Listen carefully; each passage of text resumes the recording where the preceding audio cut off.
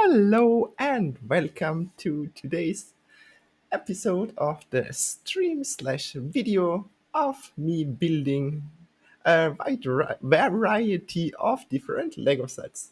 So, in today's episode, we are concerned with set number 75283, which is the AAT from the Lego Star Wars line.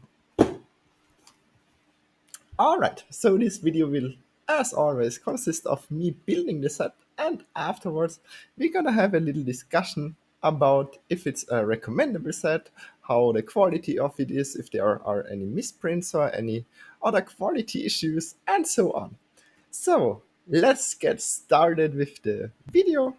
Let's switch to our building cam, and I've already, as always, have opened the package on one side to make it a little bit easier to just empty the contents out onto the table. So this is what we are getting. Let's start with the instruction manual, which has a rather nicely done print. I would say I think everything is well visible. There is no issues what I see, but there's also no red underlining for anything in terms of new parts being added. It should be rather clear though. There's always, like usually these instruction manuals are done very in a way that you can follow it without a problem normally, because they add very little amounts of parts in each step. Other than that, I think, is there any code or anything that you can use in the end? So there's always the advertisement for this Skywalker Saga video game, but there is apparently no code that you can use in this. In the Razor Quest, there was one, for example, which is why I'm mentioning that. Alright, I can just set this aside, because we are not going to use the printed instruction manual in this build. I'm always using the online version. It's just easier to follow the PDF for me. Other than that, we have 3 different building steps in this, and also, well, we only have one sticker sheet, which is nice to see. So either there is nothing else being in there which has any sort of design to it, or they have actually printed something. So I think, well, let's see where they actually use it at. I think, this is the logo on the side of the bottom part of it, I guess. So yeah, well, I guess makes sense. Let's see how they actually implemented it. Let's put the other steps aside. There's also 2 other parts, which will be the rounded off corners in the front, which are packed. Well, they are not packed at all. They are just separately thrown into the box. Let's just set these aside as well. And let's get started with step number 1.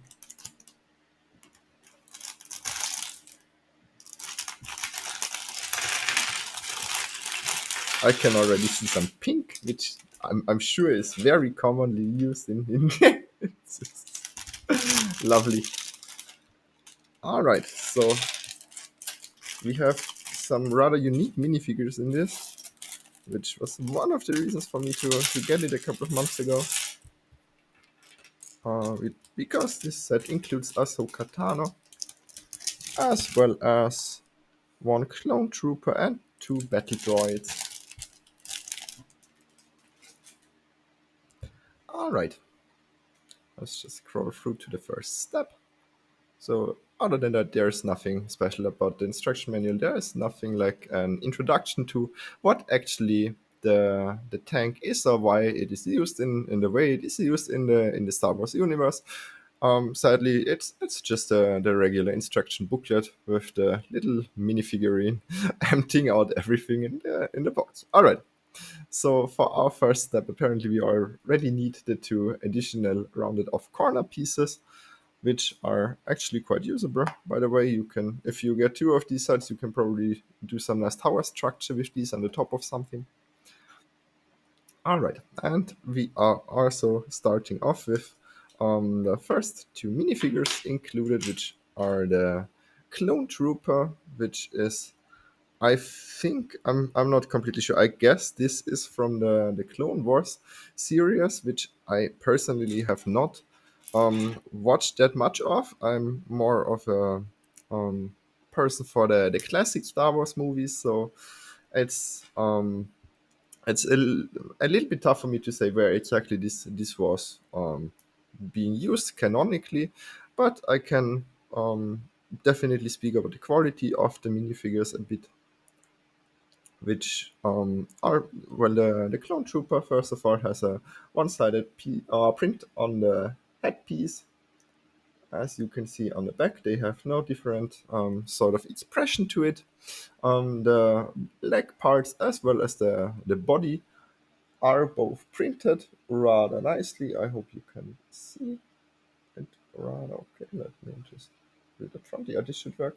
Yes. As you can see, the leg piece I think has a really cool print to it. There is no printed arm piece, and the helmet itself has this orange hue to it on the front visor, as well as some other design marks. Let me just turn it around. And in the back, it's just a regular stage 3, I guess, or is this called stage 2? Style clone helmet. Well, I guess it's the one being used later on in episode 3 of the prequel movies. At least that's where I know this design from. Whereas for me, the other one would just be the one used in episode 2. They also include an actual blaster foil, so you do not get a stud shooter, which always is a nice addition. This is actually one of my favorite blaster pieces for these little minifigures. I think they always fit quite well for the topic. And also, well, I mean, you need like 20 of these sets to actually have enough of these, but at the same time, I think they look. It looks really nice. I think this minifigure is actually one of my favorite clone troopers in my collection so far, but I do not own that many of them. Um, like I mentioned, I'm more like a person for the older trilogy, so the original trilogy. We also have included Ahsoka in the first building step as well, which has two different head prints to it. Let me just show you. So it's the regular casual one and then the angry one on the back with a little bit more expression. I think I'm just gonna switch it to that one because I like it a little better. Also, it has this sort of elastic hair piece to it, which is rather unique. I think I've never seen like something like that on another minifigure. It reminds me a bit of the head of the Yoda minifigures, or the Grogu minifigures as well, in terms of the materials being used, at least. So we also have a printed leg and body piece. We do not have any printed arm pieces in this set. I think Lego did not do that yet. I'm not sure at this point. Or by now they are doing it for some minifigurines, but also really only for a couple. We also have two lightsabers included, and also a third chrome lightsaber as a spare part, which always is a nice addition. You can just use it as decoration somewhere else too. So the lightsaber blades themselves are rather clear. They do not have this weird milky hue to them that some others had, but also you can clearly see there's a bubble at the top side of it, but which I'm just gonna switch around. Let's see if the bottom side also has one, because otherwise it would at least eliminate that. So the top side is looking a little bit better now. I just switched it around so you can have a rather clear sort of lightsaber blade. I like that. All right. So we have both minifigurines from the first step being built. I should get a plate or something to actually put these upon usually, but yeah, I'm just gonna set this on here. I hope that's okay. All right, and now let's get started with the main part of this build, which is the AAT. And yeah, and it has this blue hue to it, which definitely makes it the Clone Wars version of it. Um, I personally know this vehicle from especially the first prequel movie, where it's um, at in. in this beige sort of color, that also the regular battle droids are held in. Um, but I do not mind the blue hue to it either. I'm not really wanting to put these into a mock. I just wanted to get this set for the minifigurines. Alright, so we are starting off with the base of it, I suppose. Let's see where we have the first G-slope to be placed.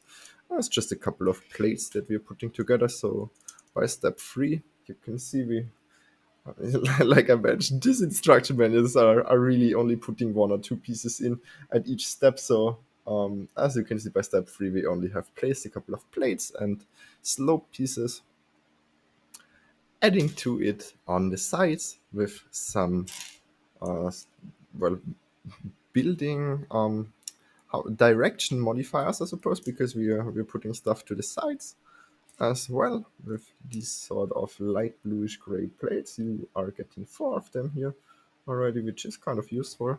These can be used for quite some applications, as well as tiling it off on the bottom row of it with 2 uh, dark bluish gray tiles in 1x4.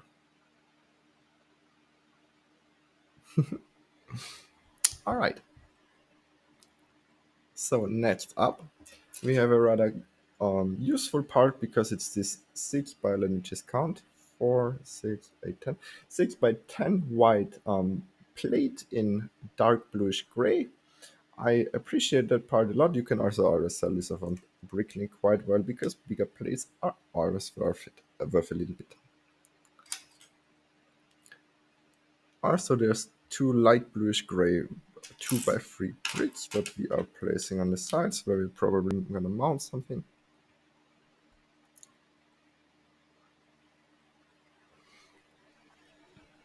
And then after we place some more of this 3x3 plates on the sides to create sort of the baseline structure of it, we are giving it more rigidity with this pink brick here, I guess, which will be just used for build up in the inside.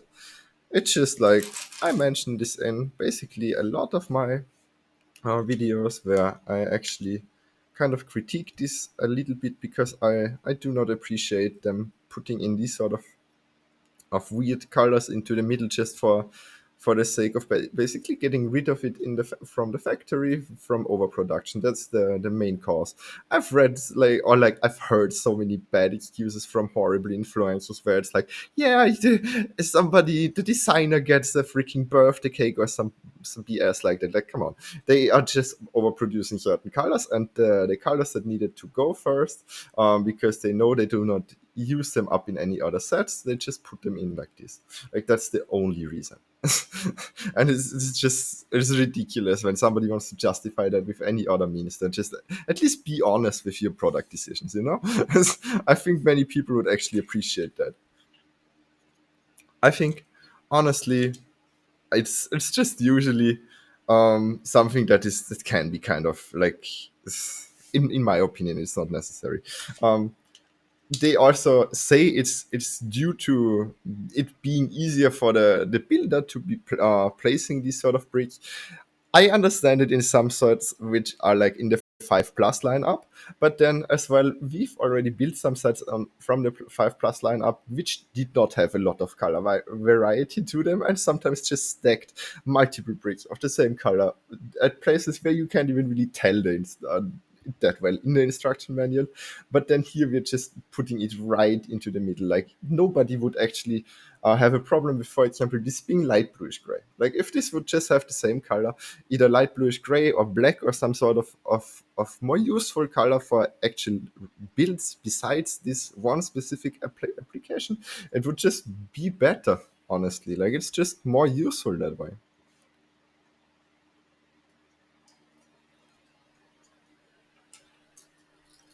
Also, we are putting in stud shooters, which are like my personal enemy a little bit because I just really do not like it. But in this sort of application, it's a little bit more okay. I mean, I'm personally just not going to use it, but usually I'm just putting them out. And putting them on bricklink sometimes because you just cannot use them for anything. Like I'm not gonna actually shoot at something with this. So who actually um, I personally don't need it. I don't want to say who actually needs it. I'm sure there are people out there that do like it. So I'm not really opposed to it being included in playsets like this. Like I'm mentioning, I'm more of a collector for sets, especially if they have good minifigures in it too. So it's not a huge issue for me. I would just probably rebuild this a little if I would actually want to place this in a mod, for example. All right, let me just show you a little bit of what we added by now.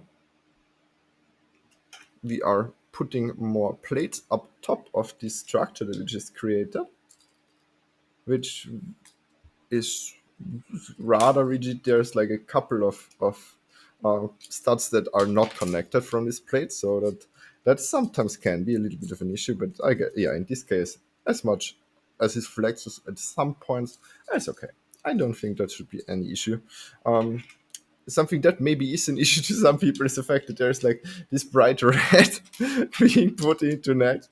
Like that's just wonderful, right? It looks a little bit like a birthday cake, like a strawberry cake with some raspberry jam or something like that. I'm not sure. I would not guess that I'm actually building a legit Lego Star Wars set at this point. Like the fact that this has these colors in it, it looks like I just grabbed some random parts out of the bin, like to be completely honest. And this is the same look that you get when you build the 18 plus AT-AT UCS set.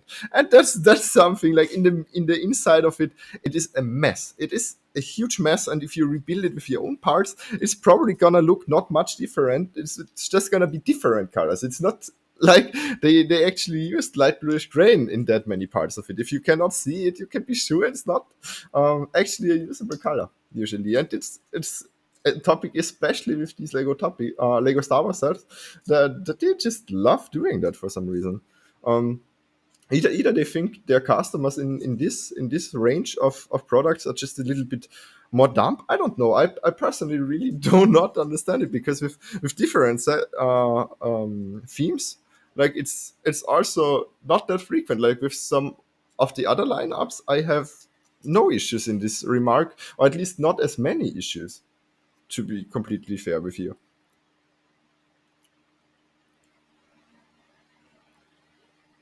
I don't.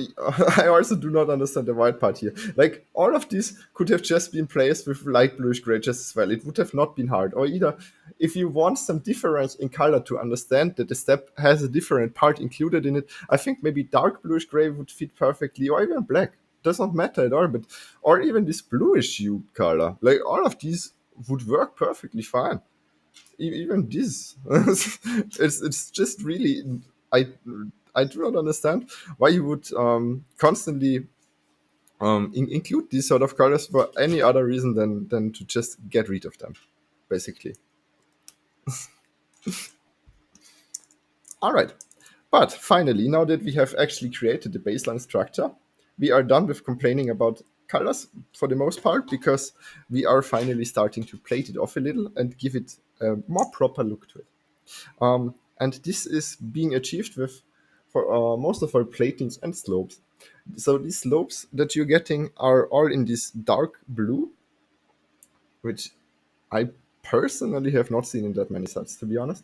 I kind of like it. It's reminding me a little bit of some of the blue in the Starry Night set. If you've seen that already, that's one of the Lego Ideas sets that has come out a couple of days or weeks ago. I'm not exactly sure when. It's also tiled off with some more slopes in light bluish gray. So all of this gives it a very nice look. All right. So before I place this, let me just very quickly check on something that I need to do.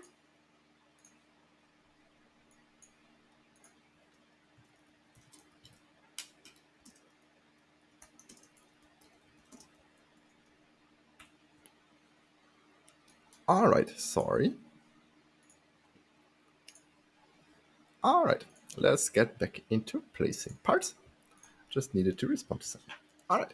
So we have this front row of how do you call it? Slopes, which we just placed, and we're gonna put it here up front. We have these six rows of studs here, which this fits on perfectly.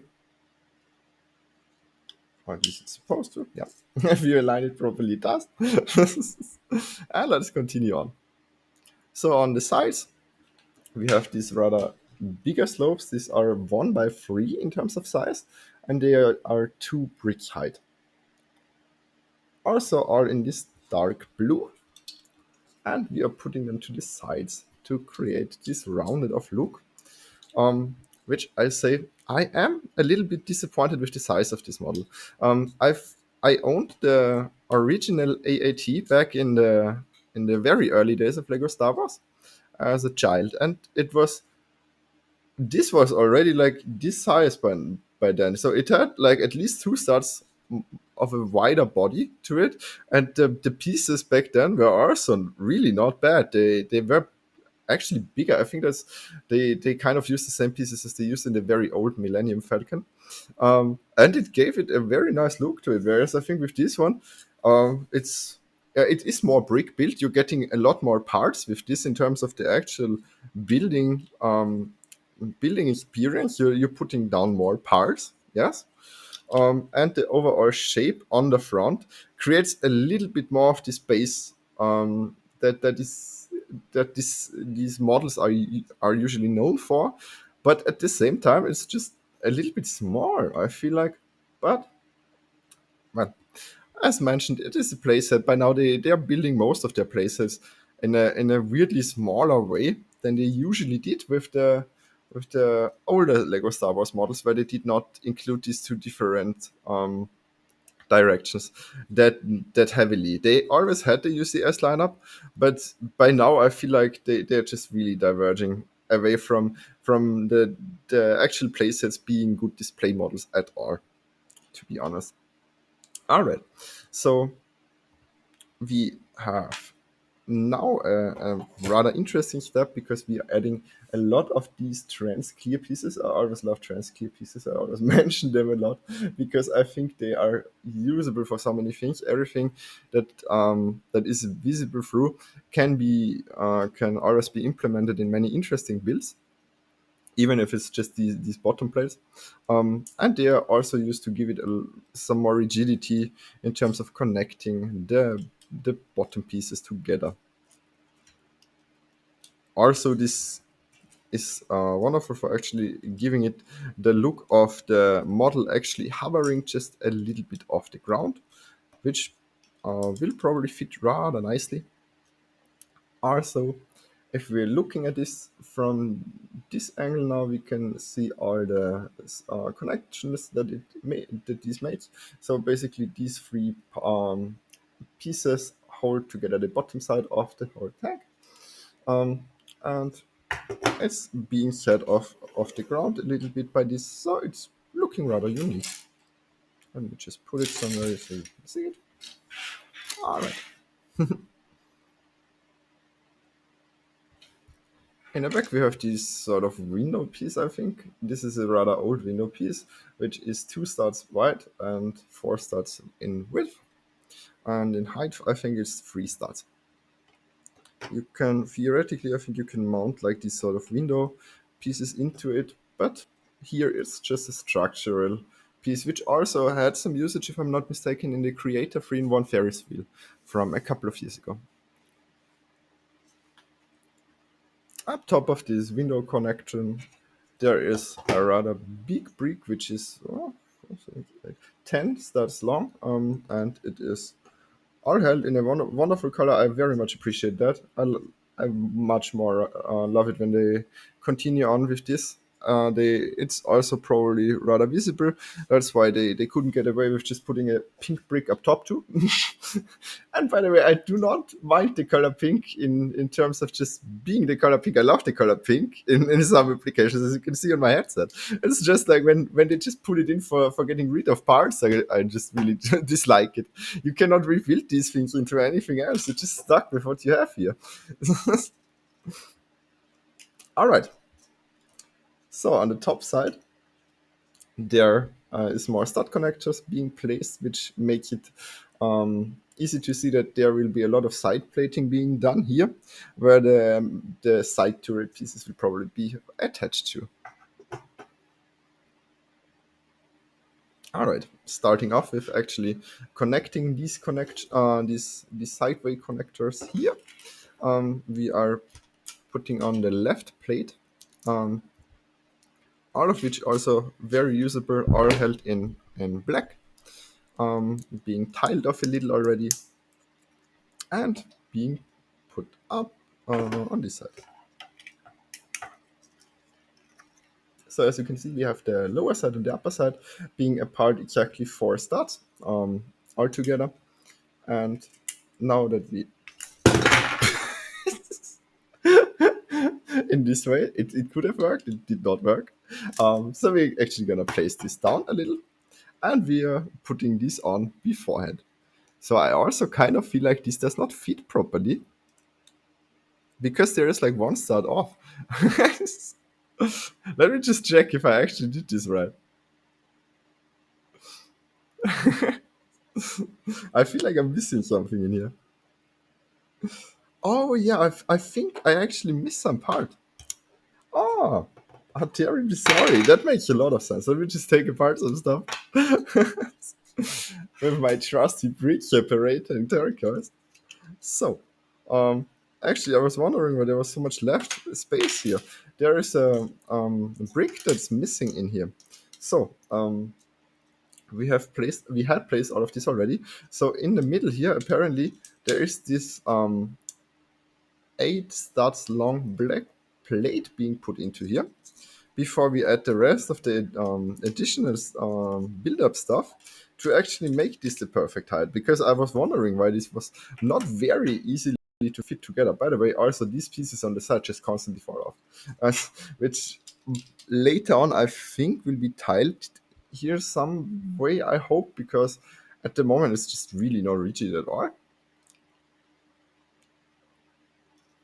All right, and then up top now we can actually add this in a more proper way.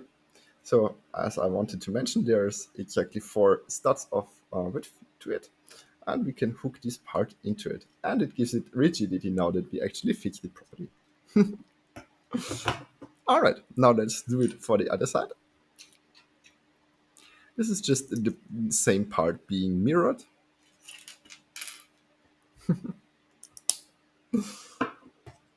All right, so we have added it to both sides. At least the rigidity of this is rather okay. As you can see, I can shake it around and nothing happens. All right, now we're putting some Technic pieces into it. Well, interesting. I'm not really sure what this will do. I guess it will be for the stud shooter to actually shoot it in some way. So it starts out with these 2 Technic pieces, one of them being this little lift arm and a 3 length long yellow rod being put through a Technic connector brick, and then on the other side there's another lift arm to it. Alright, so now we are actually putting this here, and we have this sort of, I suppose, way to actually shoot the stud shooter, which is rather cool. I think that's another rather cool addition. I appreciate that about it. As much as I'm not really a fan of stud shooters, at least I appreciate it when they build up sort of mechanics to fire them in some way. I also like that in the Razor Crest build. Alright, and then on the other side we are mirroring this building technique, and as you can see it's just tiltable because there's just holes in the Technic brick that do not actually hook to the rod. That's just like this, and if we add it to our build, it's just on both sides of it. It sits here, and down here it leaves this lever off, so it lets this lever come down. I don't have any of these red torpedo pieces yet lying around at the moment. I would have to get it somewhere in the back. So let's just wait till we actually reach that step to show you what I mean. And finally, we are putting on some sort of connections between these front row pieces and the actual build. Because they, as you've seen already, I think I've already lost it like 4 times by now, which should be a little bit harder to do now that we actually are plating it off. And we're adding some tiles which have studs on one side to... Alright, so this is how we're looking at the moment. It's getting more sturdy and you can actually use it now without having fear of breaking anything off. Also, before placing the stickers, I'm gonna put on the little 1x1 plates, and then let's try our luck with the actual stickers. So I'm mounting the tiles where the stickers go on first, and then I'm just gonna try to put them on as well as I can. It's not really necessary pieces, but I usually like to put everything on that is included in the boards just to complete the actual build. But I wish that these would have been actual prints, because it's actually just 2x2 tiles, so they usually print that. At least they did when I was younger. By now they kind of stopped doing that. Also, very much dislike that they always try to put this put the stickers into the color of the actual plate, but then, or like tile that you put it on, but then in reality it just does not fit properly. As is the case here, because as you can see, the light bluish gray is a different hue than the actual part.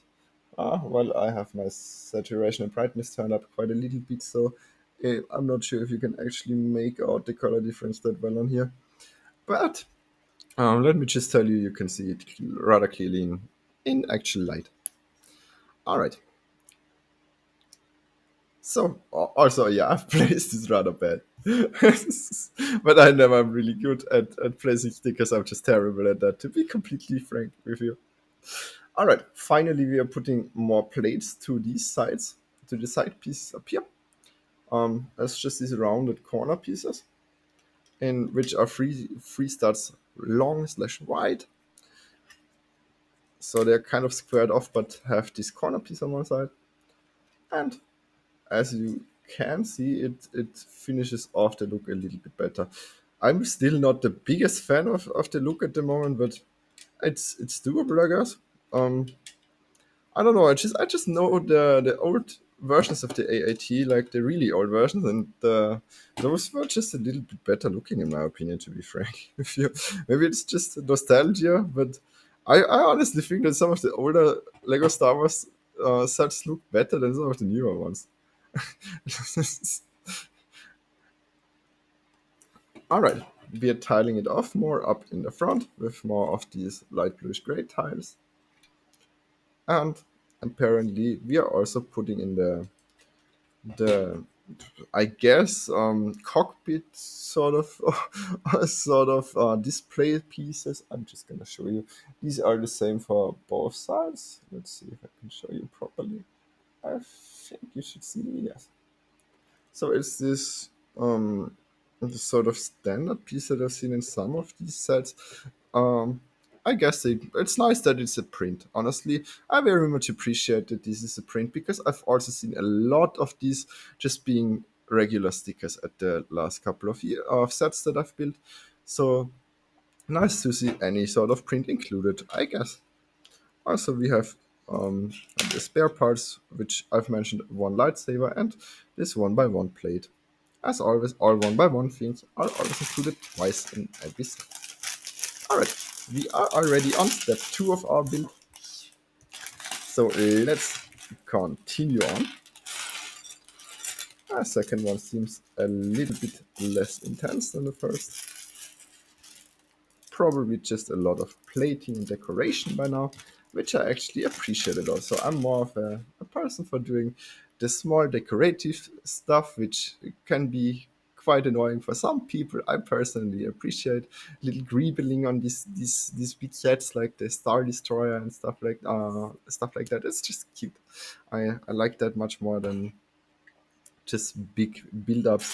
For example, I also built the UCS gunship a couple of months ago, and I gotta say, it was a quite cool build in terms of like what techniques they use and how big it actually is, but also that was a big issue for me too because I do not really appreciate it when they just build around a bunch of air and just make the set look huge, but then at the same time there's like not that much detailing in it to actually make it this big. Like like I think stuff like the gunships.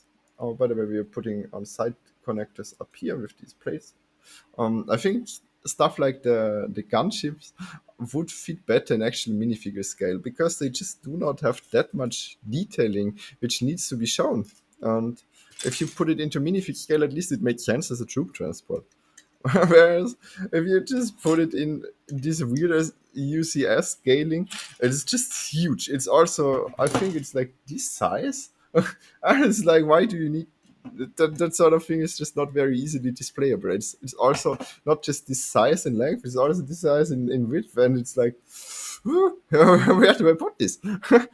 So I've just have it sitting on some kitchen shelf because I had no idea where to actually place it, which was a rather bad idea for getting it before I knew probably. But yeah, it looked cooler on the pictures to be honest too. Like that's one of those sets that do not look that great in person as I actually thought it would. Whereas I've been very pleasantly surprised with some other sets where you would think it looks terrible because you see the pictures, but then in reality it actually looks nice. Like actually really nice. I've heard that about the new Optimus Prime set, for example, which I'm rather keen on getting, not because I'm a fan of the Transformers series, but just because it looks cool in terms of building techniques.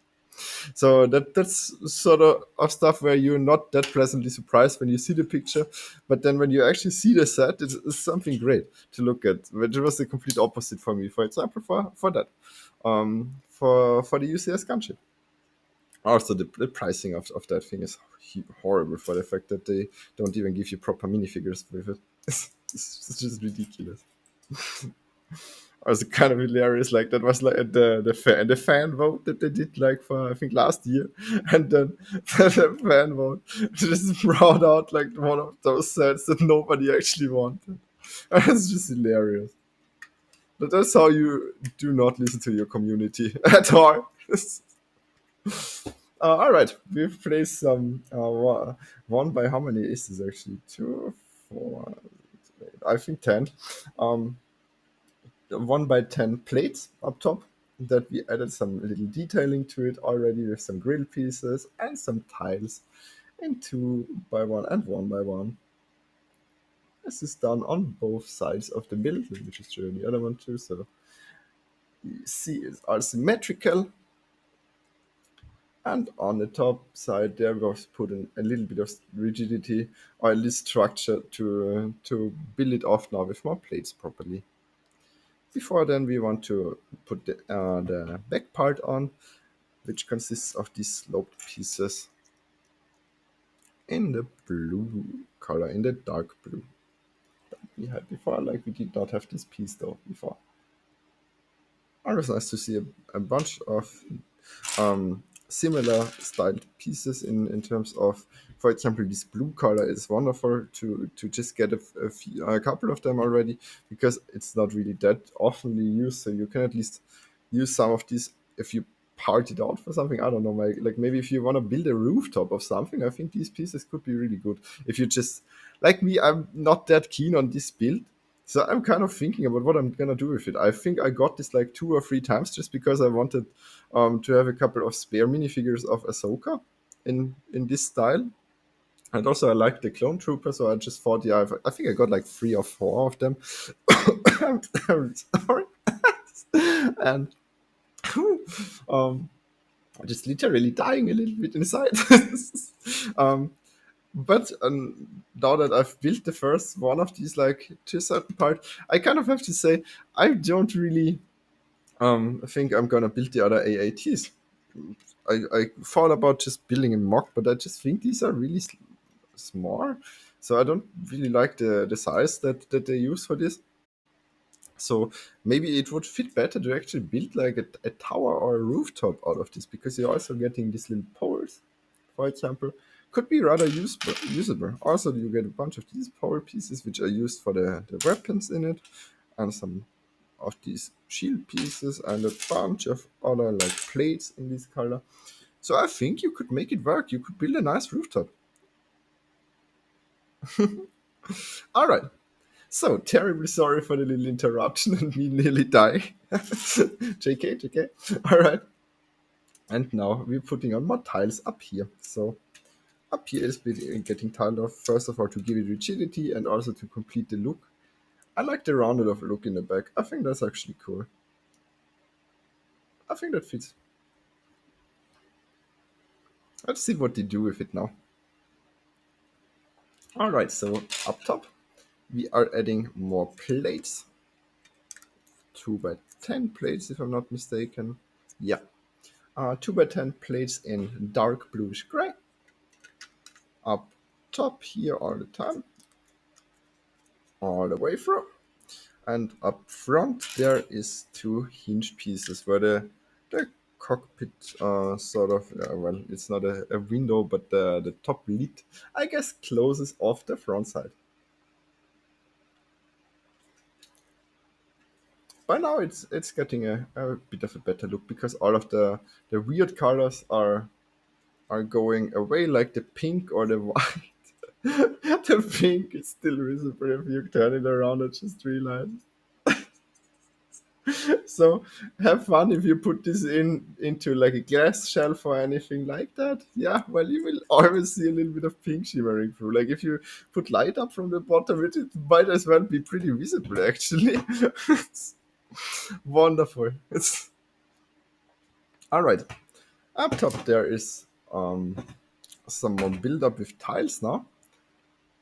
With this um, with this beige colored plate by which is 2 by 1, where we add a couple of rounded tiles.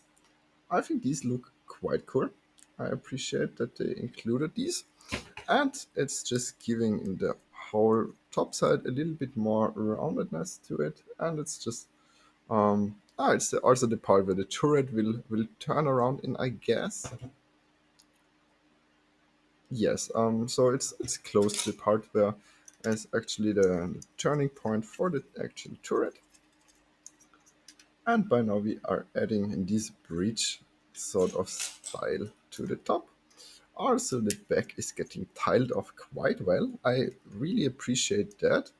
I would have not actually expected this to be tiled off that properly. As you can see, we have a rather nice, unique rounded shape to the backside of it, which I appreciate. I have to say, I like this better than the original version of the AAT. That's actually pretty cool. All right. So in the front, we are also putting on one more tile, which is probably needed to rotate the turret properly, and then more beige parts before we finishing it off on the front side with one of the 3 sort of sloped front pieces. I'm not really sure how to pronounce this part, or like how to call this part, to be honest. I've not really used it that much. I've not ever ordered it on Bricklink. So I can only say it's nice that they add 3. They included 3 of these in the box first of all, as well as, for example, also these big sloped pieces, also awesome in light bluish gray, wonderful pieces. Um, but oh, I mean, it's nice first of all that they added it, and I like the look that this gives off. I think the top side of it actually is something I appreciate quite a lot. I like it. All right, so up top there is a grill piece in black and some more tiling with the blue, dark blue, I guess, which has this sloped sort of effect to it, and it creates a nice 3D layer up front. I think that's actually rounded off quite well. I guess they had to do that because the turret rotates right around here. We already put the placement part in for that. Okay, so on the sides now, we are adding some light bluish gray slopes to create more of a squared look. I appreciate that as well. So the 3D effect is getting quite a lot better. Just terribly sorry. I'm gonna be right back. There is just a little alarm going off. I'll be back in just a second.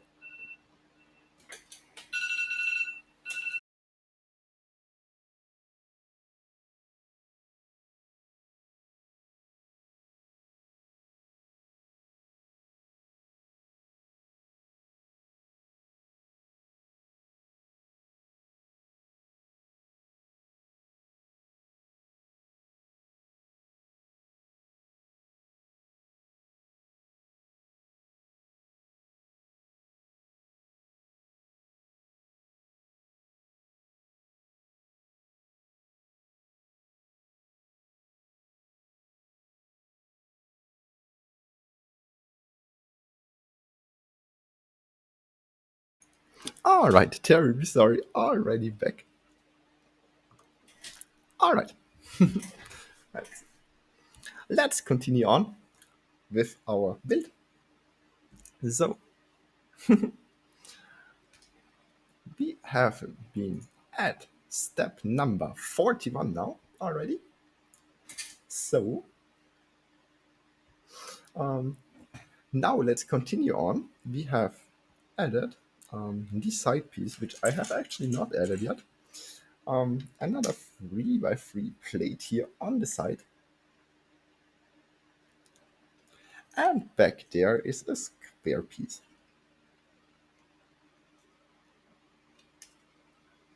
Adding a little bit more structure to everything. I think that's kind of an interesting look. I guess here will be a turret which will be built up somewhere.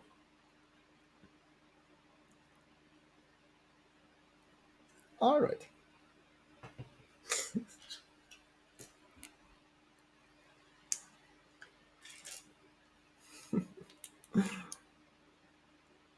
So now we are having a little bit of a sub-step to build up. I'm gonna put the main build here so that you can see what we already have done. In the meantime, I'll just adjust my microphone just a bit. All right.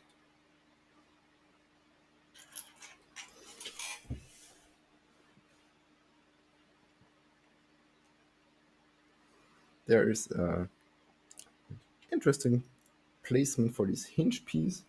And other than that, we just added a lot of different plates to this little sub-step, and you can see it's like still possible to use the hinge.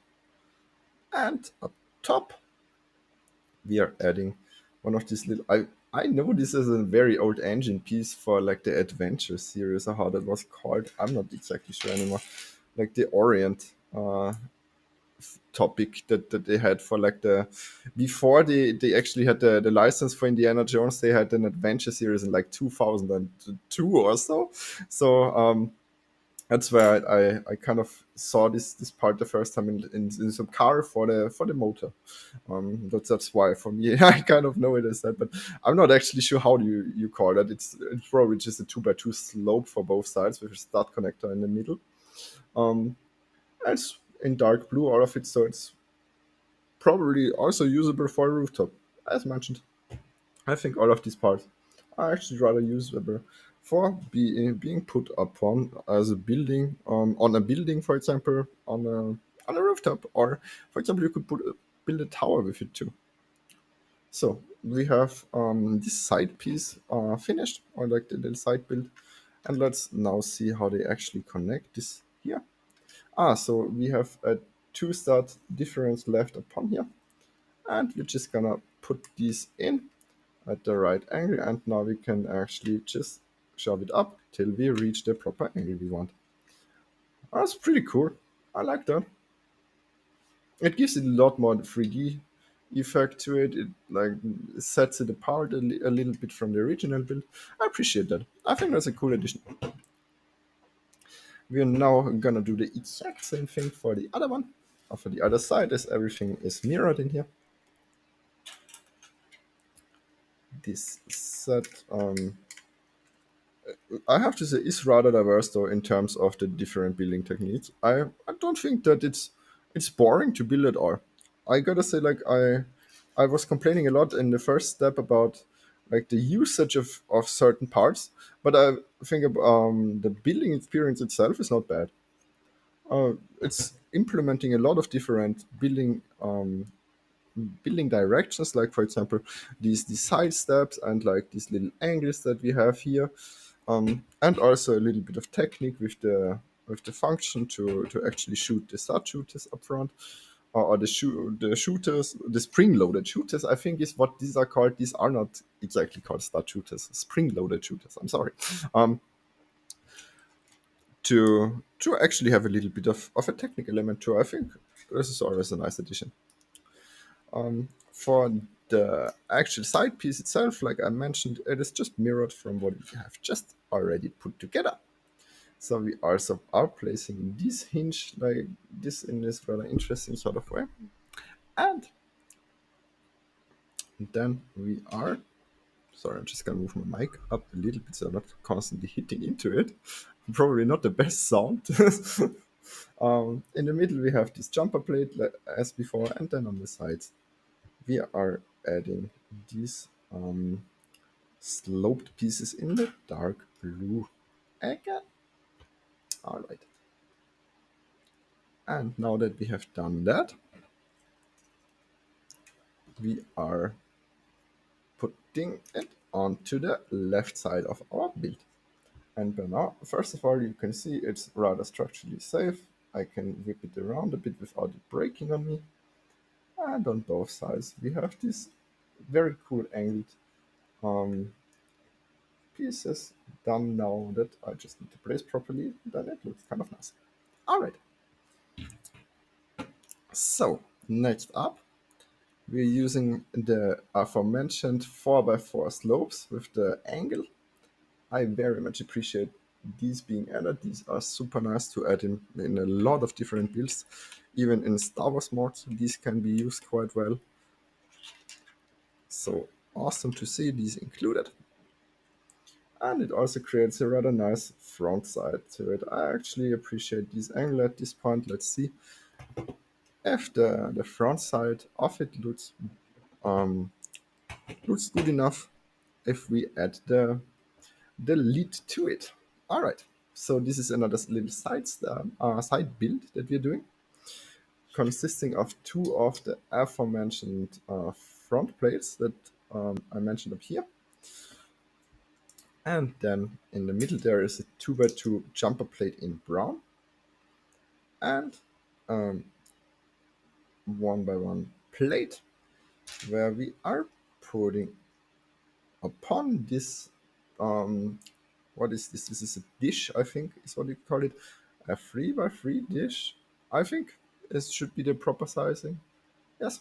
Um, I, I appreciate that they have included this detail. It has these hook pieces because it's just a trapdoor underneath.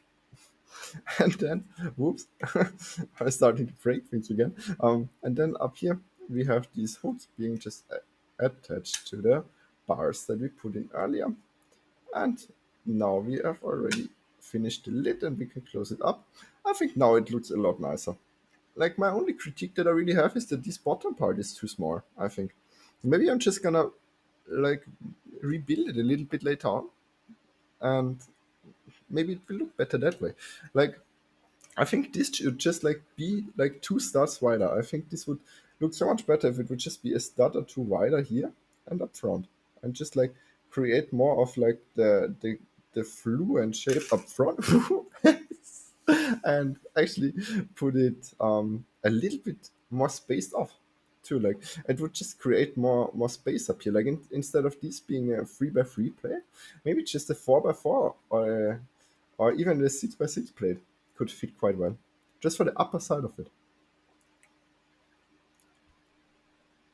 I might look into that because I like the colors a lot. I think the blue and the gray up top look really nice, and that's what I always appreciate. Like in these sort of builds, like as long as you just build this the way it's supposed to be, it's totally fine because they know how to cover it as properly as possible, so you do not immediately see all the colors. But it's just the problem just starts when you want to rebuild it into something different because it's just not possible really. All right, so now I think we are adding turrets. Yes. So these are the side builds again. So we're just leaving the main body on the side, and we are starting to put together these conical pieces from 61 forward. These steps are concerned with mostly just greebling for the sides before finishing this building step. So I'm gonna show you this before attaching the powers. So we have two of these pieces. So this is being the same probably on both sides, but as this conical piece being put upon a round brick, and up top there is this hook being put through the Technic connector here, the little plate, that also has another hook to the side. A one by one hook being put upon there. Alright. And then for the actual turret side, we have one of these larger style um, Technic poles, I would call them. And um, how is this called? I think this is an actual antenna piece. And all of it together looks like this. Let me just adjust it to it being straight. All right, and then we are adding it to our main structure here that we just put together beforehand. And this is where we add. Maybe I'm gonna push it up forward a little bit better, but it doesn't really fit properly if I push it upward more because of this sort of backside here that is just like not allowing it to be pushed upon more than this. All right, and we're starting it on this side apparently. So the smaller of the two cannons is supposed to be up top, and we have it here. So this looks a little bit weird to me. I cannot remember that this is looking like this on the side pieces. Like I'm mentioning, like if this would just be a little bit wider, it would fit better. I think this looks a little weird to me, to be honest. But I kind of wait a moment. Let me show you what I mean. I think this would look better if the first rounded connector part would just be left away like this. It would probably look a little bit better in my opinion. But well, let's stick to the actual instruction manual for now. I'm not gonna leave it like this probably, but just for now, let's do it as Lego wanted it to be built. All right, so we're doing this for the other side too. Let's just have this as another step in it, basically, or as another side step. Um, so yeah, let's just do this really quickly.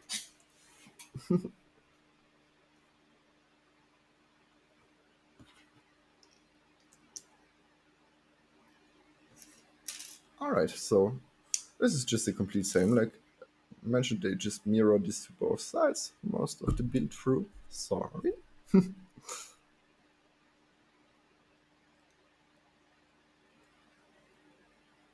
And we have these hook pieces up top again.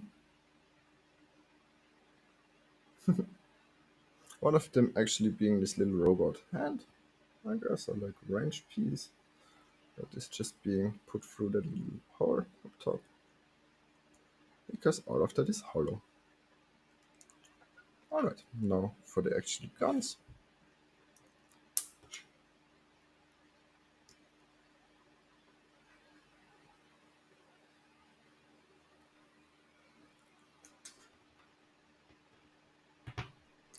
Alright, and let's put it upon this again and just align it as well as we can. Alright, looking like this. Hello, thank you so much for following. I very much appreciate that. Thank you for supporting the stream. So this is the second part, and we are adding this to the right side. So,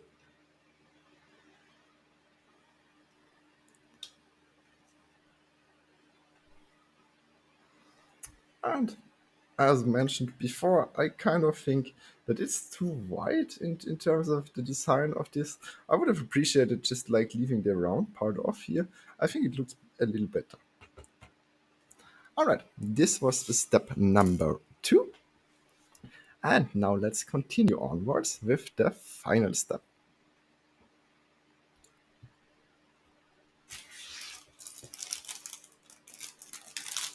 What is a rather cool addition in this set is the fact that they printed some of the parts of the battle droids a little bit differently. It's not just a regular unprinted version of it, which I know from many of the older sets. Um, Instead, they have added like this greenish print to the headpiece, and also the body piece this time is not the regular sand colored or like beige one, but rather also this light green. Like it's a little bit like a moss green, but a little bit brighter than that. Other than that, the leg piece is the same, and the arms also are. So they have these basically easier posable arms where they can actually hold blasters. And the little blasters that they included in this set for the droids actually have a different color than the ones from the clone minifigure. I think this is actually really cool. I like the print on the head of it too. It has this darker greenish hue to it on the front, and that makes it look quite nice. I appreciate that. In comparison, just let me show you really quick. So the clone has this black blaster piece, which I usually appreciate a lot, but I think the sort of chrome gray version of it also looks pretty nifty. I think it even looks a little bit closer to the actual weapons being used in the movies. I think, but I'm not sure. Like it always was this sort of, well, how should I say? It as it's like a little bit chrome colored on some parts of it. I think that would fit the best. Like if you would if you would color it yourself, I think you would just use the black one as the base version, and then just use chrome color to show a little bit of distress on some of the areas on it. I thought about just like doing that for mock pieces because it can look quite nifty if you look in close enough. Oh, thank you. I actually really like this dress. Yeah, it's quite comfy. It's so hot here today. It's like outside it has like 35 degrees Celsius.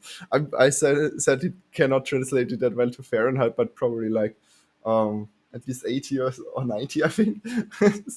So it's like really hot here, and this is just super comfy. But it's because it's like really flowy and easy. Also, sorry if I look a little bit like a mess today. Just really wanted to still do a stream. It's been crazy hot, and then it's always so very humid outside too. So it's just it feels even hotter because of it. Sadly.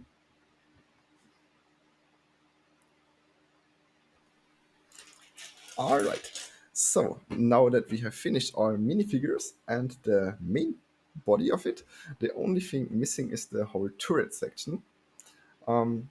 So for this, we need some build-up apparently, which will be used with these sand color pieces.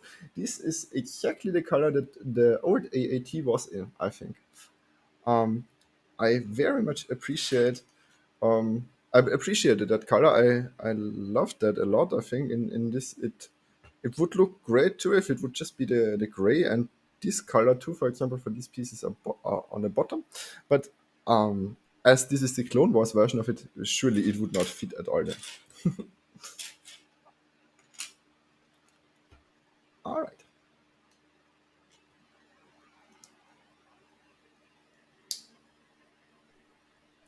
Yeah, attention to detail is very nice. I have to say the attention to detail is what makes a set good for me in most cases, to be honest. Like with I love, for example, also the modular buildings, or for example the bigger UC assets that have more greebuilding to it. Like the ones that do the most greebuilding are usually the ones I like building the most. It's just so much fun when actual detailing is put into it. Oh, that's so thank you. Oh, that's so nice of you to say. Thank you. I very much appreciate that.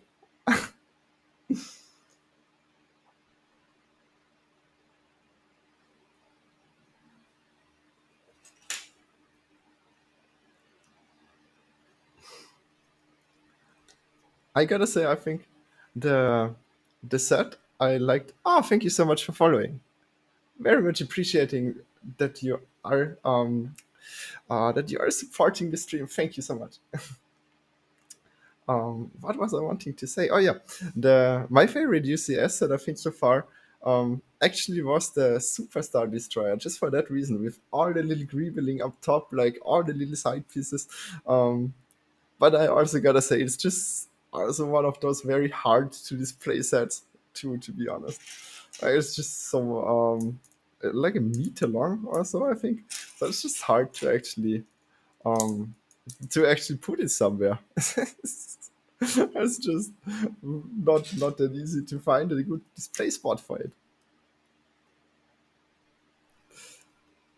Yeah, it's just like to put those sort of sets up where you actually wanna like look at it, and it just like does not just take up a bunch of space. It's not that easy, to be honest. It's the same with the Millennium Falcon. I have not sadly found a good place to actually put the UCS version of it because it's just huge. I usually just have it sitting on some kitchen shelf, and then when you actually put it down there, it's just sadly not really um sort of very usable and to look at, because like most of the time when I look at that set, um it's just usually in some sort of angle that you always have it in, but there are so many cool angles to that set that you just never really able to see. Oh yeah, I very much love Lego. I think Lego is awesome. As you maybe can see in the back a little bit, I've built a lot of sets on the stream already. I love Lego a lot. I think Lego is such a great hobby to do. It's just so like relaxing and so nice to get into building a set and actually like do a bunch of detailing and stuff like that. I love that. I also do not just build regular sets. Like in my free time, I also do own creations, especially like little dioramas. I love doing that a lot. Like building scenery pieces is the most fun for me. Just scribbling in nature scenarios. Yeah, I think even having regular pieces is awesome. I think having just a bunch of random pieces can be so cool just to like build up certain things. Like it doesn't even have to be sort of, how do you say um how do you actually say it? It does not have to be the same color for everything. It can be completely like a rainbow in it too, and it does not matter at all. I think it's actually awesome sometimes. My accent, my accent is coming through a little bit sadly. I'm sorry. I'm having a little bit of a German accent, I suppose. But I'm usually trying to stick to English just to make it a little bit more international.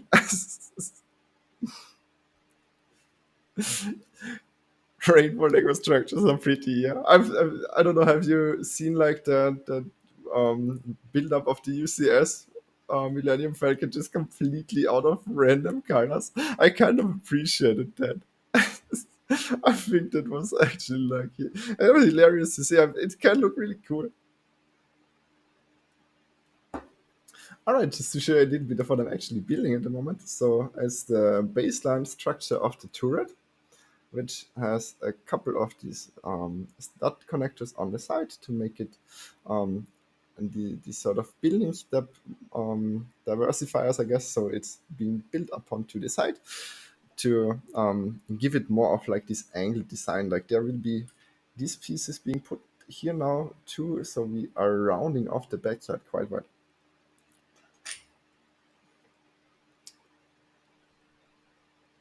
think the idea of that is pretty cool.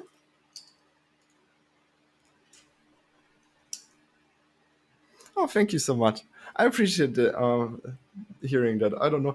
Um, I'm trying to practice English a lot, so I also like kind of use it for work as some of the time. So I'm just trying to like stick to it as much as I can. So I'm actually improving on it.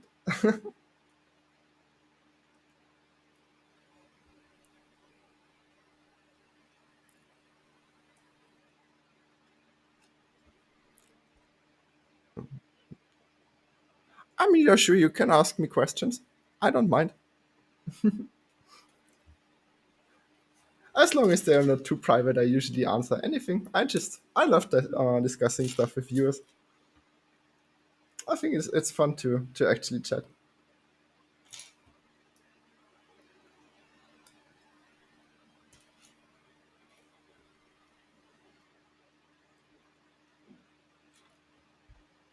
All right, we are putting some jumper plates on the side, and there's like this one by one rounded tile piece too. I think the overall form of it already looks really cool. I appreciate that.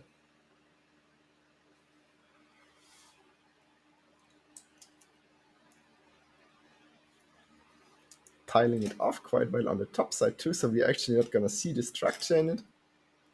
I think even these colors are used quite well. I think there is nothing problematic in here. It's just when it's the pink from the bottom side. Like I mentioned, like it's just not okay when you can literally see this shimmer out like this. Like you can see I'm not even really trying that hard. I'm just holding it upwards, and you can always already see the pink birthday cake shimmering out of it. That is when I think it's just a little bit too much, in my opinion.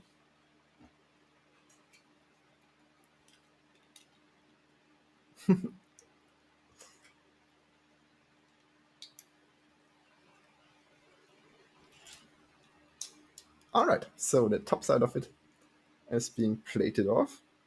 There's a little bit of a color difference to it, but I think they actually match the colors quite well on this. I cannot really see that many different like versions of the same color. Like if you, for example, know the UCS A wing, that had one of the worst like color match combinations ever because it had so many production flaws to it that like the red was just not red in some ways. It's just it was such a mess. Whereas with stuff like this, it's by now figured out a little bit closer. It also depends on the color, to be honest. Like for example, yellow is being matched better than for example red.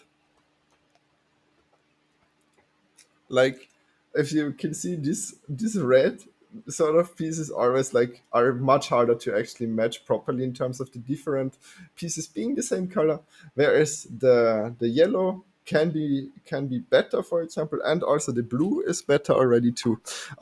So it always depends, like the brighter and more um mm, how should I say, the brighter and more intense the color is, the harder it is, I feel like, for them to actually produce the pieces properly. But other than that, I think in terms of um, overall quality in this set, you get a lot of rather well matched pieces, as mentioned in like for example, also if you know the bigger Lamborghini, the Technic one. I'm not sure the name. I think it was the Huracan, but I'm not sure. It was completely unmatched. So that was a giant mess too. For example, like you can tell like four different shades of green just from the front side of it.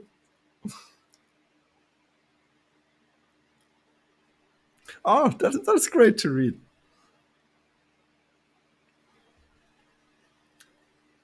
Yeah, I'm also working a lot of on that subject. Like it's sometimes a little bit hard, huh? to well, how should I say, to to not fall into the mode of just like cringing upon yourself. Like I'm doing a lot of voice work. If you can tell, I'm trying to, at least. I'm still very much conscious about my voice, so it's a little bit tough sometimes. but I'm just you got to start sometime. The earlier you start, the better it is.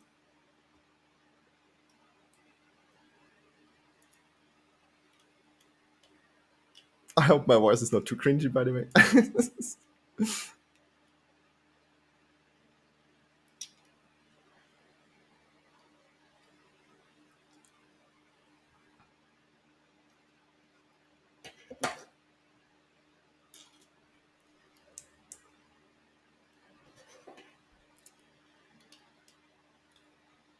I think the sloping here is also very, very nicely done. I appreciate the way that they build up the general form of the topside turret. I think that looks quite cool, especially this backside roundedness to it. I very much appreciate that shape. Like you should not look from the bottom side because that's when problems start arising. But as long as from the you view it just from the top side, it's quite cool, right? Oh, thank you for saying that. I very much appreciate that.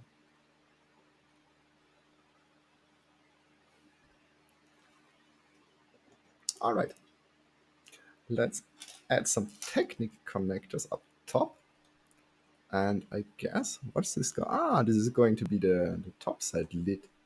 So we are adding a Technic connector up here. And then there's some 3x3 plates again with the rounded off corner on one side that we already placed up on the bottom lining. And that's probably gonna give it a little bit more of a 3D structure to it.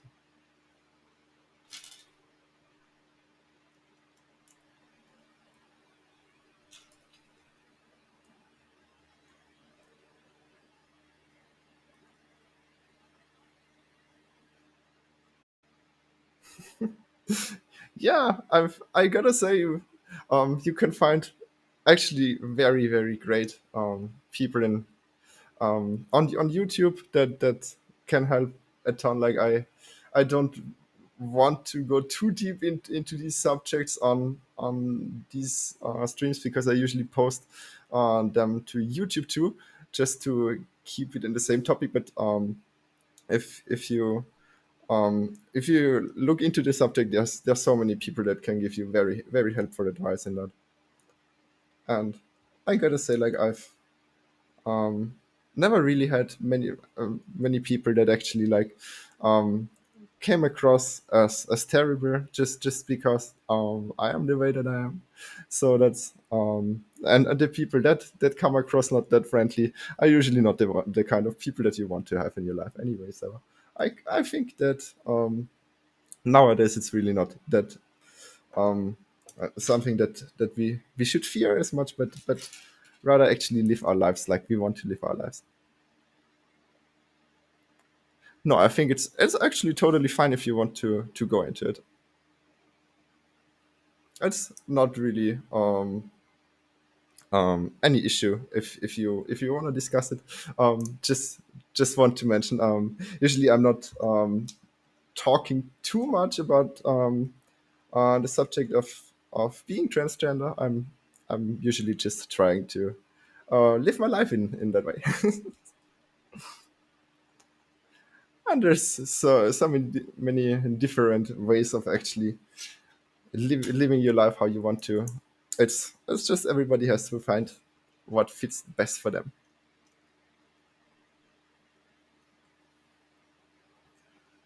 That's great tutorials for that sort of stuff. Yeah,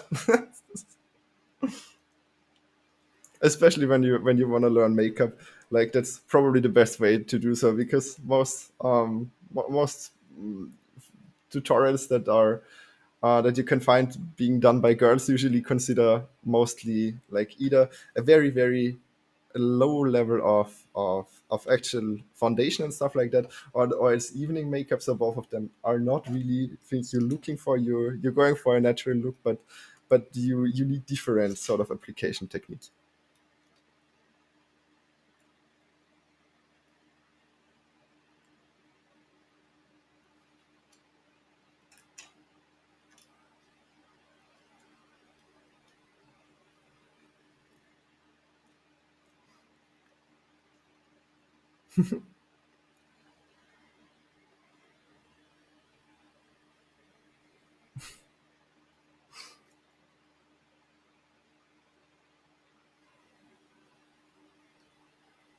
All right. So let's talk a little bit about what we have built by now. There's a lot of sloping being done on the top side. Um, there is a lot of these plates being put upon each other. I think in terms of the style, I like it a lot. Like the blue, the dark blue with the light bluish gray, gives a nice hue and also a nice layering effect to it. It closes off properly and it has this little antenna piece on the side. I think it's awesome that nowadays everybody can be who they want to be. I don't think that anybody should really be that judgmental about other people. To be completely honest, I think that's the nice thing about today's generation is that we are a little bit more understanding and accepting for different sorts of styles of living. Nobody really dictates anybody what to do. I think.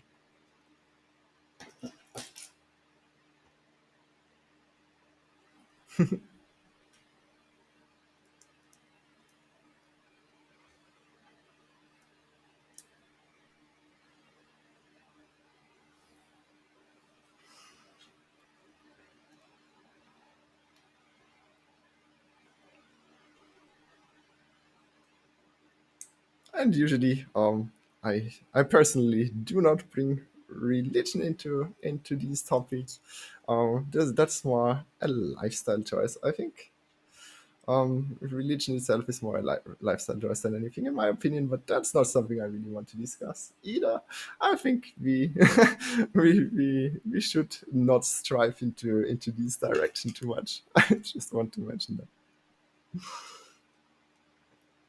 All right, so we are putting up more of the turret section. So this is probably gonna be yeah, this is gonna be the front section of the actual gun being put upon.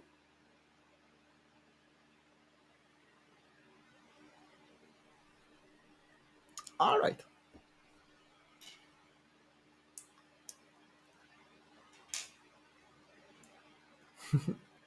So we have a bunch of different building directions that we can use here because there's a lot of these sloped pieces to the side. Oh no, not sloped. Sorry, studded pieces on the side where we add things like these corners with actual slopes in one by one, dark bluish gray.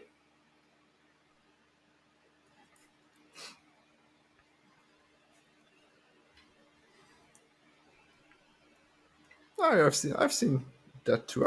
I don't think that being fanboy is a problem at all. It's just one way to appreciate both your genders, I guess. Um, it's something that honestly I think is pretty cool. Like if you can pull off the look, I think it's awesome. Honestly,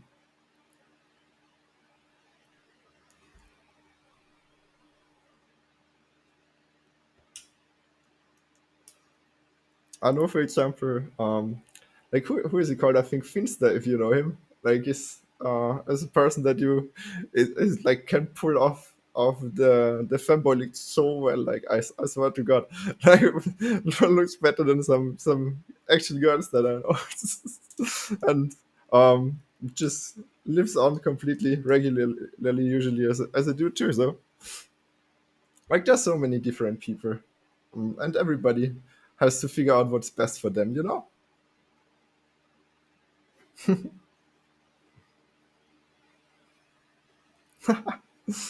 Yeah, right. uh, that's hilarious to hear how other people feel like that. So we have the front section of the turret header. It has these hinge pieces on the back side to it, and on top it's being layered off a lot with these tiles and dark bluish gray side pieces. Looks really cool. I think I like the flat look that it gives it.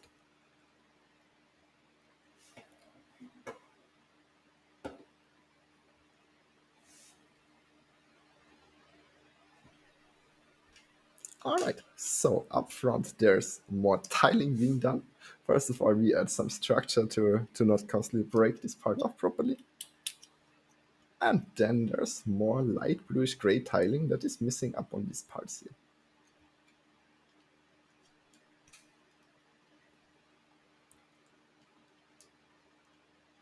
All right, so up front, I don't think you could actually fit a regular minifigure in here, but I think the droid minifigures should actually fit here.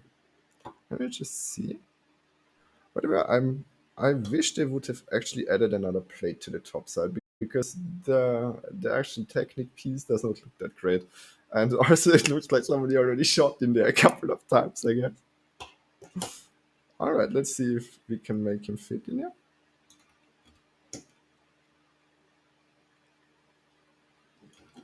I think the problem is just the arm piece. If you, for example, switch this out with a regular arm, which they actually give you with, nice, they have one spare arm piece. So if we just, as long as we do not put a blaster on this little guy, we can actually sit him inside of the vehicle. That's cool. And I guess if you close, if you if you put the head up front, then we can even close the lid. That's cute.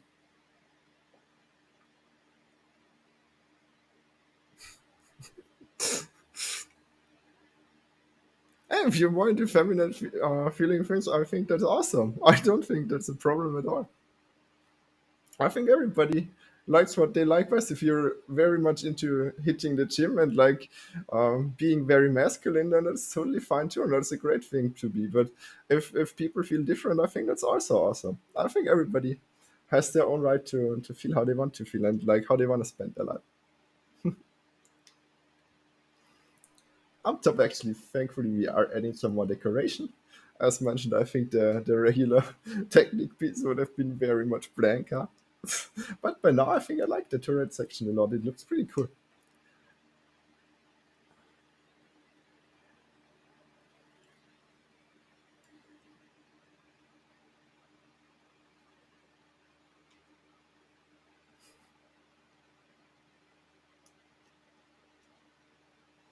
All right, so we are adding some antennas to the back, and we are looking like this here.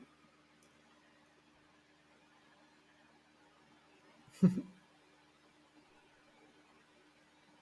think some of these cars actually look awesome. I appreciate this up front. From the top side, it looks awesome. It's just the moment you start turning it around, it becomes horrible.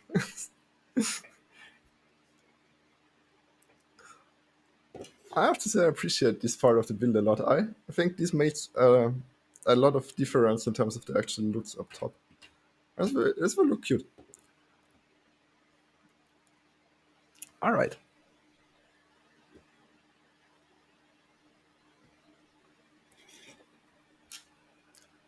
So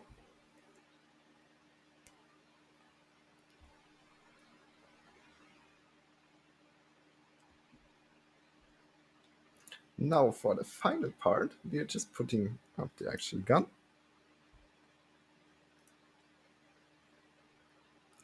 Just a lot of Technic connectors. So basically it just consists of this black Technic pin, a long rod, some pieces to slide up upon that. I'm not exactly sure how these are called, but they are very much often used for just spacing out. I guess Technic spaces are a good way to say it. I'm not sure.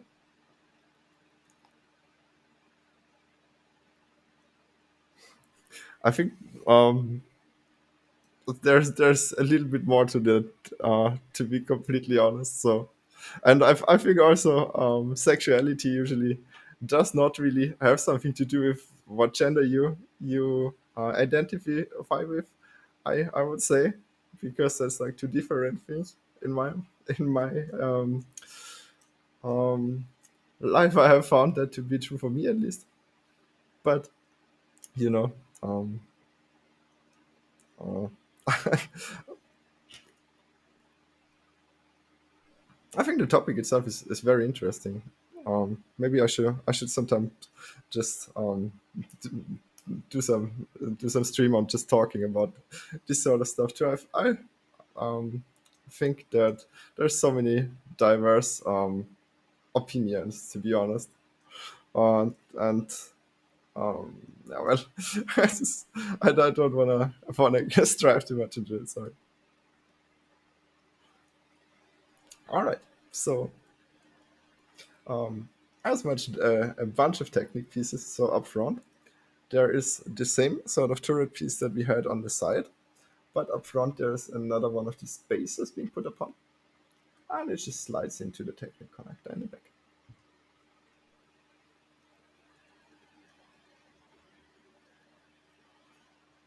And then we just connect the whole thing here on the technique strut. So there's only a single technique strut here, sadly, which will make it a little bit weirdly looking, I think, in terms of this connection. Let me see if you can. Yeah, I can show you that. So this one here, I think, would probably look better if it would go into here, to be completely honest. But well, It's, I think, yeah, the cannon itself looks cool, right? I appreciate that. Like, that's better than the original one, the old AAT from the 2000s. I think that's actually a very much way better put together turret section. I appreciate that. I think especially like this back part is my favorite of it, together with the overall shape it creates in the back.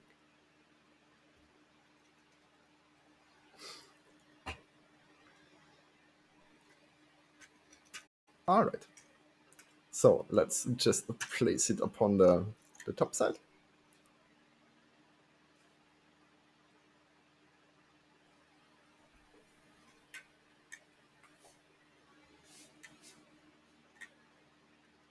And then now it actually looks much more fitting with the side turrets too. Like I think now the turrets in terms of size and width to it are actually fitting quite well. I appreciate the giant turret section, but I also gotta say because the turret section is so huge, now it fits even less than the bottom side. It's just so small. It's just like if they would have added like two studs to the side on each side, like I've already mentioned like three times. By the way, I'm sorry if you actually watched this since the beginning and I've heard this point like quite a lot. This is like probably the best looking turret section that I've seen on any of these sort of models. But then on the same side, also this one looks perfectly fine. Like the top side here, like the driver, um, sort of how is this called, hood or what you would call it, also fits perfectly. It's just like honestly, these side pieces just don't fit at all.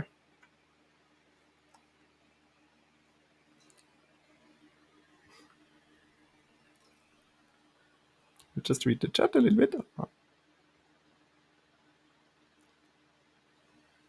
I've, I'm sorry if I pronounce your name wrong, but butane O2. I think you're totally on the right way if you feel happy with what you're doing. I think that's great for you. I don't think that anybody should feel bad for who they actually want to be.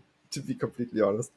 But yeah, I also know that on the internet there's a lot of times where somebody has to justify themselves for what they are or what they are doing. It's always a little bit of of a game of playing bullshit bingo to a certain part. I don't know. At least I've come to that realization with some moments, but usually it's always there are so many great people and friendly people that is always worth it. Always be who you actually want to be. I think so. Um, so I hope that I'm not gonna hit any of the screens surrounding me by these things. That's usually why I do not use touch shooters. So there's like this monitor, like you can see it on the camera, but like literally like 40 centimeters in front of this, there is a TV. So this could probably go really bad now, but um, let's still see if this actually works properly. So we have this little um, the connector up here. We have this spring-loaded shooter being attached to the main body. And because there is a little Technic connection here, if we press on here, theoretically, it should just shoot somewhere. So I'm just not gonna aim at anything really. I'm just like, let's see where it's actually visible. We just press down on this button. And yeah, good. Hit it nicely right into a war. That's probably the best place it could have gone. By the way, I would not suggest doing that. Yeah, she fires. I'm not sure. Do these things canonically have like a torpedo launcher or something like that on the bottom, or is this just because Lego did not want to implement it in any proper way? Like, I guess the only other way they could have done it would have been a star shooter on the side, which would have been even worse. I guess so. I appreciate that a lot. Nice. All right. So personally, I never use these things, so these will just fly together into a little bag with everything else that is being left upon from this build. But usually, like it's a nice addition if you purchase this as a playset. This could be actually quite nice. Besides these side turrets, I think most of this is a rather sturdy build. Like maybe the antennas could be a little bit easy to rip off, but also only if you like, I don't know, um, a little bit on the younger side, or if you're a little bit shaky like I am sometimes. That can also happen probably. But it's being stuck in there, and that's, by the way, it's not hard plastic, that's rubber. So I don't want to bend it too much because these things always keep their form when you bend them. But yeah, that's also a nice addition. So you can tell that they took some time to actually think about what to implement here, I guess, for what they're actually selling with it. Um, it's like the dimensions of it, in my opinion, are a little bit wrong, sadly. But because I have like two other sets of these, maybe I'm just gonna rebuild this one to have a more proper style on the bottom side. Like, I think also in the back usually there is a hatch or something. If I'm not mistaken, like there is another structure that could be added here that is not visible in this build, but it could be actually giving it a little bit more of that properly looking dimensions. I feel like, um, besides that, it's to a certain part it looks really great. I think like it looks better than what I expected it to look like when I started off with it. And also on pictures, this also looks kind of like crap, to be honest, in comparison. Like, also I've seen it in some YouTube videos, and in every YouTube video I saw, it just did not look good at all. So I really knew I would be just getting it for the minifigures. But now that I've actually built it, I have to say, like, some parts of it I like quite well. It's as long as you don't look at it from the bottom side, which is a lot of Lego sets are suffering from that problem. Like, you can't really see that there's like, well, a bunch of bright sand, and also, well, pink. But the pink from this side you cannot really clearly see. It's just really this little angle, so that's not a problem at all. I appreciate the bit. All right, so that we are now that we are finished with it, I also prepare, as always, prepared a little bit of a review section to it. So let me just maybe switch on camera a little bit more to this. Yeah. So I'm usually discussing this for dollar prices by now, because I've realized that like half of my viewer base actually comes out of America. So I have looked it up on Lego.com on the US page, and it's $40 at the moment. Which, in my opinion, have they raised the price for this, or was it always more expensive in dollars in this case? Because I think for euros it was around 35, if I'm not mistaken. But I would have to look this up probably too. Oh, thank you so much. That's so sweet of you. Thank you to say. Thank you so much. Um, So I'm not exactly sure if they raise the price on this. They raised the price on a lot of the Lego sets in the past couple of months, sadly. Even ones like the play version of the Millennium Falcon and stuff like that, and also a bunch of the newer versions sets. Like, all of the newer sets nowadays are just completely overpriced, in my opinion. But well, what can you do? So I think also, like, the price per piece value in this is already like really not good. Like, if you look at it, for $40 for getting two actually usable minifigurines, two battle droids, which are minifigurines, but they're just not the same sort of like value that, for example, Ahsoka or the Clone Trooper has. Um, and or in terms of resale value, I'm just talking about bricklink value, by the way. And we're getting 286 pieces, which like under 300 pieces for $40 is like terrible. That's like more than 10 cents per actual piece. I know with 4 minifigures, there's this argument of this being like sort of a battle pack, which I can understand. And for the price that I've paid, which was like 25 euros, I would see it as fitting, yes, because it is great to just get a bunch of different minifigures if you want clones and battle droids out of this era of Clone Wars. It's usable. If you're not that much into Clone Wars and you just want to get the Ahsoka minifigure, then for a one-time purchase, it's also totally fun. Like I think the build itself was fun, and as mentioned, you can take these parts for literally anything. There's not that many unusable parts. Light bluish gray is always great to use in all the Star Wars or Starship builds, and even for regular buildings, light bluish gray, and this dark blue are all colors being usable. So you don't even need to part this out. You can even use it for the parts in other sets without just selling off the stuff to make it worth it for it, I think. Um, in terms of overall building fun, it was great. In terms of price per piece, it's terrible. So it's a little bit of a split thing. To recommend, I think if you're into Star Wars and especially the Clone Wars, thank you so much for the follow, by the way. Thank you so much for supporting the stream. Many thanks. Um, if you're actually into Clone Wars, I think it can be a good purchase. Um, and if you're into Lego Star Wars and you're just collecting minifigures, then yes, definitely you have to get this one too, because usually um, there's always like a little bit. I'm not sure if this is actually exclusive. I'm probably not, but I cannot say. I cannot say for the clone and the battle droid, the Ahsoka minifigure is not exclusive to this set by now, because there is, for example, this duel with Darth Maul, which has also been brought out, I think, last year. So I think for the Ahsoka minifigure, I don't know if it's actually worth getting this set. There's cheaper sets giving you, I think, the same minifigure. Um, so it's a little bit of a split decision. If it's just for the minifigures, I'm not sure. If you need all of them, then definitely go for it. If you don't, then there is more specific sites that give you more precisely what you're looking for, probably. And the overall build itself, as mentioned, is fun though. So if you're just into it and you can snag it for very cheap, which sometimes sadly is not that easy with Lego Star Wars sets.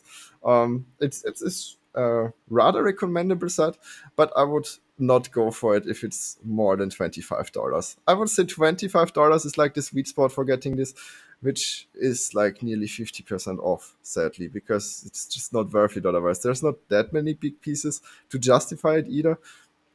It's a tough call. So, as mentioned, with every set, including more than one or two minifigures, it's usually that the set price is not matching the actual value of it, because Lego is pricing their minifigures a lot higher than some of them actually are in terms of actual worth. In terms monetarily speaking, by the way, I'm like also just comparing bricklink prices. So you can buy this for probably like $1.50 to $2 if you're waiting a little bit and you're patient. The clone minifigures usually sell between $2.50 and $5, depending on the model. Like for example, the 501st Battle Pack ones go for more, I think, than these ones. Usually because people just need a bunch of them. So it's not just if they're rare; it's also if you need a bunch to actually build anything with it, then it's worth it. So for this, it's okay. So as mentioned, there are two of the battle droids included in it. Could be worth it for you if you're collecting it.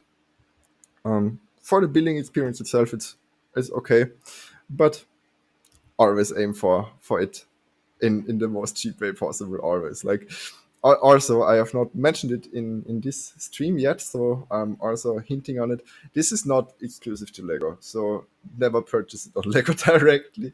At least in my opinion, it's not a very smart way to spend your money. You can find these sets probably at Target and Walmart and stuff like that. So at probably any major retail store that sells Lego, because the cheaper Star Wars sets are always a great sell for all of the major retail brands. And also, it's still available on Lego, so it's not discontinued at all. Um, if it's not even like saying any sort of end of lifetime thing, then it's also at least gonna be available for the rest of the year usually. So I would not stress myself. We already have July soon, so I don't think they will rule out much before the end of the year for sure. And especially due to the fact that Clone Wars has not really been any sort of topic for the Lego Star Wars line this year so far. They're probably not gonna kill it off too quickly because they wanna sell off the leftover battle droids and stuff like that too. This is usually like that's how it goes. They usually produce a bunch of these things because I guess they kind of match this to the 501st battle pack in terms of what they expected the value of the set to be. So as it's probably gonna stick around a little bit longer. um, so if you maybe find it for $20, pick it up immediately. You can resell it on Bricklink probably a little bit later, quite well too. Either, because the sets with minifigures always climb a little after being put to end of life. Just want to mention that I'm not doing any investing advice with Lego because that's not my sort of tea or my cup of tea. But at the same time, I'm always liking to mention um, rather rare bricks or things that go for better prices on Bricklink to a certain extent, just because I'm looking at it from more of a collector side. I love collecting minifigures. I've got like way more than just a couple of dozen. Sadly, I don't even want to mention that. I have a little bit of a guilty pleasure with collecting minifigures, just because I don't usually include them in mocks that much. I just like the look of them. I just like the collecting part of it. It's cute to have these little sort of minifigurines. Yeah, collecting is a lot of fun, right? But I gotta say, it's especially in the Lego Star Wars line, and I think the minifigures are one of the more fun parts of it. Those and the sets that have like a lot of greebilling. Like I mentioned earlier, I just love detailing. Maybe that's why I kind of appreciated the building of this too, because there's a lot of greebilling on this too. Like especially like even if I take off the turret, if I can. Um, as mentioned, like there's even tiling down here. Like you don't even see that when you turn it around a bunch, but there's still a bunch of tiling put upon here. So I think they in this sense of it, they decked it out quite well with at least greebilling on this too, which maybe is the reason I kind of enjoyed it. All right. So, for like a final conclusion of this video, as mentioned before already, I can suggest it if you find it cheap enough. But that's to be said for any Lego set. That's not really an argument to be made. If you're looking at it for $40, don't get it. It's not worth the value. That it brings you there's better Lego sets out there for that sort of value. Like for $40, you can do a lot of things already. So I think if you're not a big Lego Star Wars fan, then especially because there's nothing as expensive in terms of the lineup than Lego Star Wars. Like Lego Star Wars is just the most expensive brand at this point, I think too. Um, well, probably because the Star Wars and Disney brand logo are just like costing them a ton of money too, and also because a lot of people are actually into this sort of off topic. So it's usually always a good sell. Also, like once these sets go out of the production cycle, that's when things become a little bit different. Then usually they are sold off, like I mentioned, 25 to 20 $25. Purchase it, then you wait a year, they go up to 40 to 50 euros on the aftermarket already again. So it's not something I would personally suggest doing. I personally don't really like reselling things. I understand why people do it, so I don't want to trash talk it at all. I'm just personally not the biggest fan of it for me being a collector in this hobby, and I hate to just pay 400 euros for something that costs 250, for example. So I don't do it usually. But everybody has their own right to do whatever they want. I mean, I would not feel morally right for scalping somebody into purchasing a 1,000 euro PlayStation 5 from me. But other than that, yeah, well, some people do. Some people do not have any morals in this sort of aspect. So, dude, if you gotta live, you gotta live. Do what you want. But in this sort of sense, what I actually mean more with mentioning it, once this goes end of lifetime and you maybe want to collect some of the minifigures, they just raise in money is like crazy. Like some minifigures are worth more than actually UCS sets being bought and new. Like this is crazy. So for that sense alone, it's sometimes worth considering if there are rather rare minifigures. If they, for example, only in like 2 or 3 sets, it's usually good. If it's only being included in one set, then especially like all the exclusive ones are always worth it. It's just if it's produced in 5 sets plus, yeah, never actually consider it. Then usually you find a cheaper version of it. All right, so it can be a recommendation, but it's not for the suggested retail price as always. All right, so I would say this concludes today's stream.